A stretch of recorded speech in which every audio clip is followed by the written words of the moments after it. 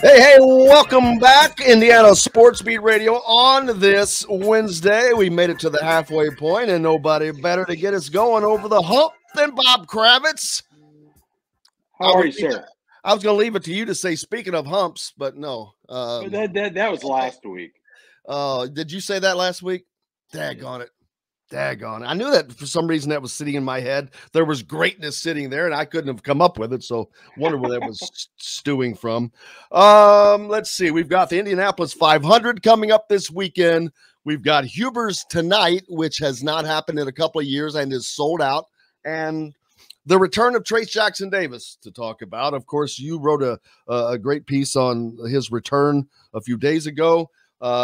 Several great lines in it, one of which was, we'd all love to spend 7 years at IU. I certainly did my best to do that, but yeah, you the best thing that you hit on though is he's in the perfect position. Oh, he is, and look, I don't know his family's financial situation, but he is the son of a former NBA player, and he was not in a position where he had to take a risk of moving on to the G League or wherever, where he wasn't going to get a guaranteed contract. And so this was a nice this is a nice option for him. And the fact that he had that option, because a lot of kids, let's face it, a lot of kids make the jump. They're in a hurry because they want to take care of their families, and God bless them for that. Can't blame them for that. But Trace was in a different situation, and I think the COVID.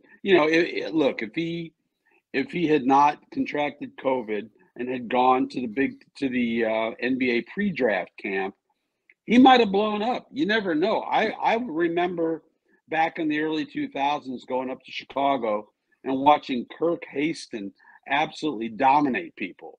And he got drafted top, 5, 10 by Charlotte, and never really, nothing ever came of him. But he had a 4-year career, or however long it lasted, and he gets a pension. So he's doing fine. He's doing fine. But I'm just saying, right? You never know. Trace may have gone there and absolutely blown up and moved himself into the early in the second round. You don't know.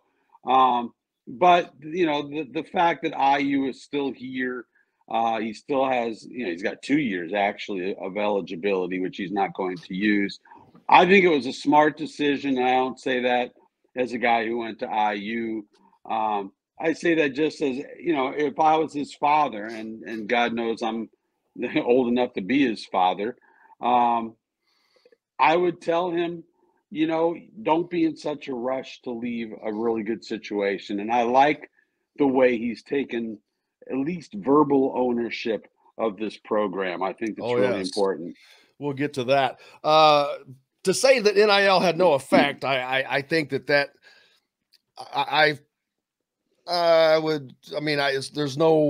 it's not for me to say that that's not true, but it's hard to imagine that there was no impact, especially when he's going to be making 3 times the money that he probably would have made if he had gone the other route. So it's hard to say it did not matter when you have this golden parachute to fall back on. It has to make things easier, but that's his response. Yeah. Excuse me. Yeah, this is what happens when you get me in the morning, by the way. I apologize.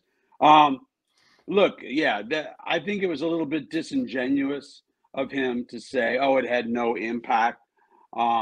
Look, it had to have some impact. You don't come back to Indiana and let's face it, risk injury and risk your future if there's not something in it for you financially.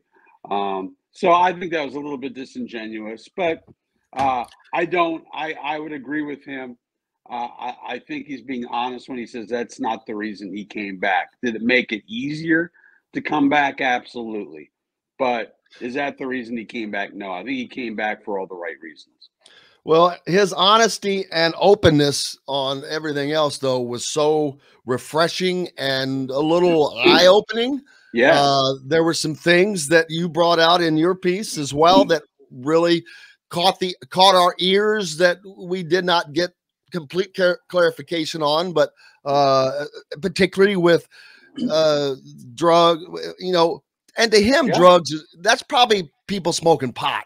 Is all within his realm. Use of drugs is probably people smoking pot, which, and I said this yesterday, if you're 17 or 18, yeah, that's an issue. If you're 21, I don't give a crap. I know it may not be legal in the state of Indiana, but I really could not give a flying crap if a 21-year-old is smoking pot when it's legal in 33 states, and it is way less harmful than a bottle of bourbon that a 21-year-old can go in and buy by themselves. So I don't care about all that stuff, but I don't either. But for the guys that are younger and getting involved and maybe doing things they shouldn't be doing, not focused on the things they should be focused on, I think that's more about what it says specifically to the Northwestern game. The younger guys, that they were not focused on the task at hand, and that was a road win that they needed and that they ended up losing because of their selfishness. Well, there are two elements to this. One was I found it interesting that an assistant coach, this is according to the podcast that those guys did previously, I guess it was the day before, where they said that an assistant coach had called Trace and said, "Hey, what do you want to do with these guys?" I'm like, no, you don't ask the play. I mean, that's up to Mike Woodson, and what Mike Woodson should have done. And I keep hearing people say, "Oh, he laid down the law." Bull. He let them sit on the bench. He let them stay. If that was me, and I'm not Bob Knight, believe me, but if that was me, I would have pulled the manager aside, said, "Rent a van, drive your ass down to Bloomington with these 4 or 5 guys, and have them waiting at Assembly Hall, ready to run when I get home." And that's how I would have dealt with it. They decided not to do that. The other element of it was that Trace went to Mike Woodson and said, "This 3 strikes and you're out stuff with smoking weed has got to stop. If a guy is, does it once, he's gone." Now, as a guy who occasionally partakes, I'm not harsh when it comes to that kind of stuff. Quite honestly, I'd rather they smoke a joint than drink a lot of alcohol. Any alcohol. I am firmly behind you, and I don't think it's fair for Trace to take that stance just on one thing. Well, no, but he has seen this team's partying impact previous teams. I asked him as a follow-up yesterday when he talked about it, and I asked him about it, and I'm sure J.D. Campbell had a small coronary when I did.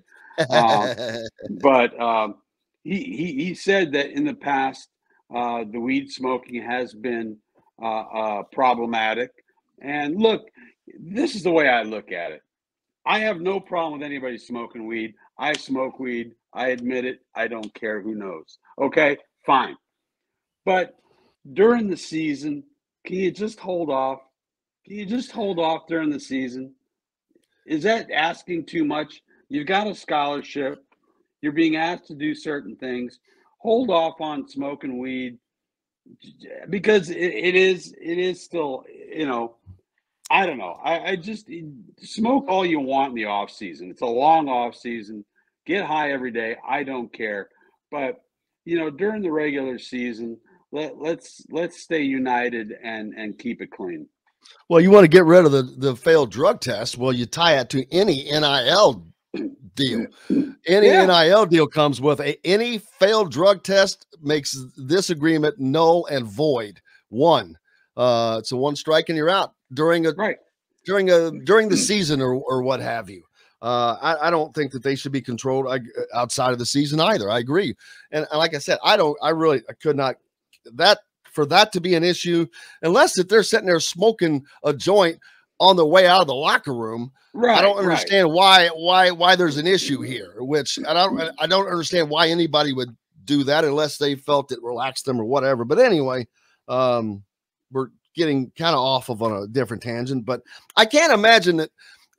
I think that most of the element that was probably involved in that most is gone from this team. There was some cleansing. And then I to hear Trace Jackson basically say that, hey, me and Race are going to take care of Xavier. He's going to be with us. That's a big boy move because Xavier's older than Trace Jackson Davis is. Right. And look, Xavier's got to be, he's got to be as good this entire season as he was late in the season when him and Trace were doing the pick and roll up high and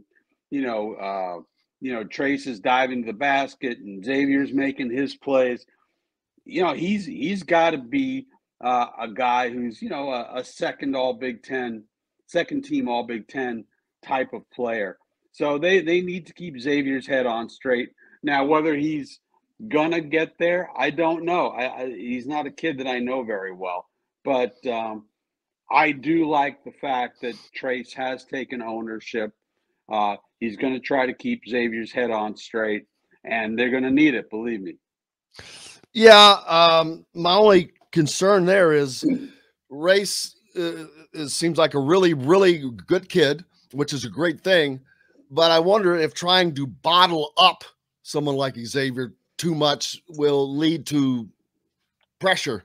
I'm not saying you just got to turn him loose, but I mean, he's an adult. He's got to be able to take care of himself as well. I agree. Look, do the right thing.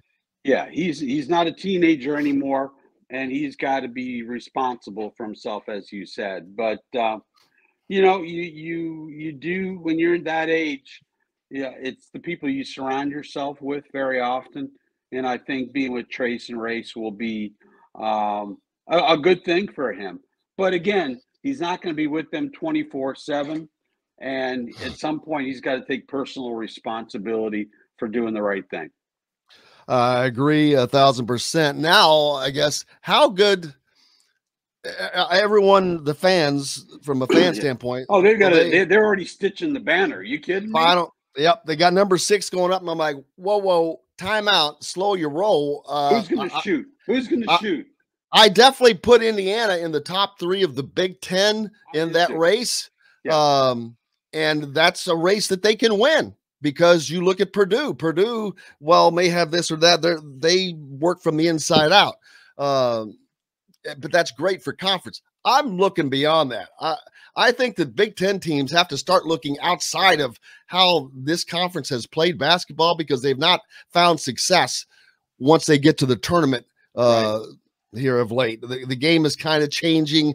I think Indiana's and Michigan is kind of ahead of the curve, probably Michigan State up there, but Indiana is making the right turn at the right time to kind of go with the flow. Yeah, I mean, look, as everybody knows, it's been since 2000 and the Flintstones that Michigan State won with Mateen Cleaves and all those guys, and I think it was in Indianapolis actually. And the game now is more guard and wing oriented. It just is, and I don't know that Big Ten teams. They like the pound. They like the physical game. They like to go inside out. And then they get to the tournament and the guard play just isn't good enough. Purdue had Jaden Ivey who played terrible against St. Peter's, but I always worried about their point guard play. I mean, I like Hunter. I think he's a decent player, but if you want to get somewhere deep in the NCAA, you need dynamic guard play. Speed, shooting, defense. Right. That to me those are the 3 things. And something else that you just mentioned that I was having a conversation with yesterday with somebody. Just the term wing. The positions, I hate the positionless basketball term, but it is becoming that. And truth. Forward is almost going away. It's small forward, power forward, shooting forward, wing. So that is becoming a hybrid type of positions. And I look at Indiana's roster next year. I think that they're in from the backcourt pretty good spot because Xavier, while is their point guard, and I think Jalen Hood-Schifino will start as the 2. I think those guys are going to actually end up being a 1-2-2-1 kind of a situation. I think that Xavier is going to be the point guard, but is going to be able to play off of Schifino as a 2, if that makes sense, because he was very successful scoring last year, whether it's creating his own shot, his shooting came around. Jalen Schifino is a pretty good facilitator.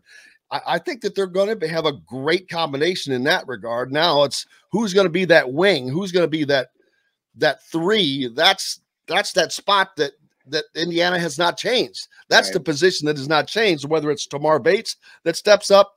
I don't know who it's going to be. Galloway, Alil. I mean, somebody's got to step up. And look, I still don't know where the shooting's going to come from. Now, I just say, other than this, they're the same team as last year, minus the addition of Jalen Hood-Schifino and maybe a better Xavier, but everything else is the same. Right, and that's what I'm saying. You need improvement from Galloway, whose game I really like. You need it from Leo. You need it from Tamar Bates, who I think has a chance to be really good. Another guy who I think is going to be really good next year, and we saw flashes of it in the Wyoming game in Dayton, is Jordan Geronimo. So the raw material is there, but again, you need some guys who can shoot 38 to 42% from 3. And by God, I don't know who that's going to be. I know that on the podcast, Jackson Davis talked about Miller Kopp. I'm like, really? He's got a good looking shot. It just never goes in.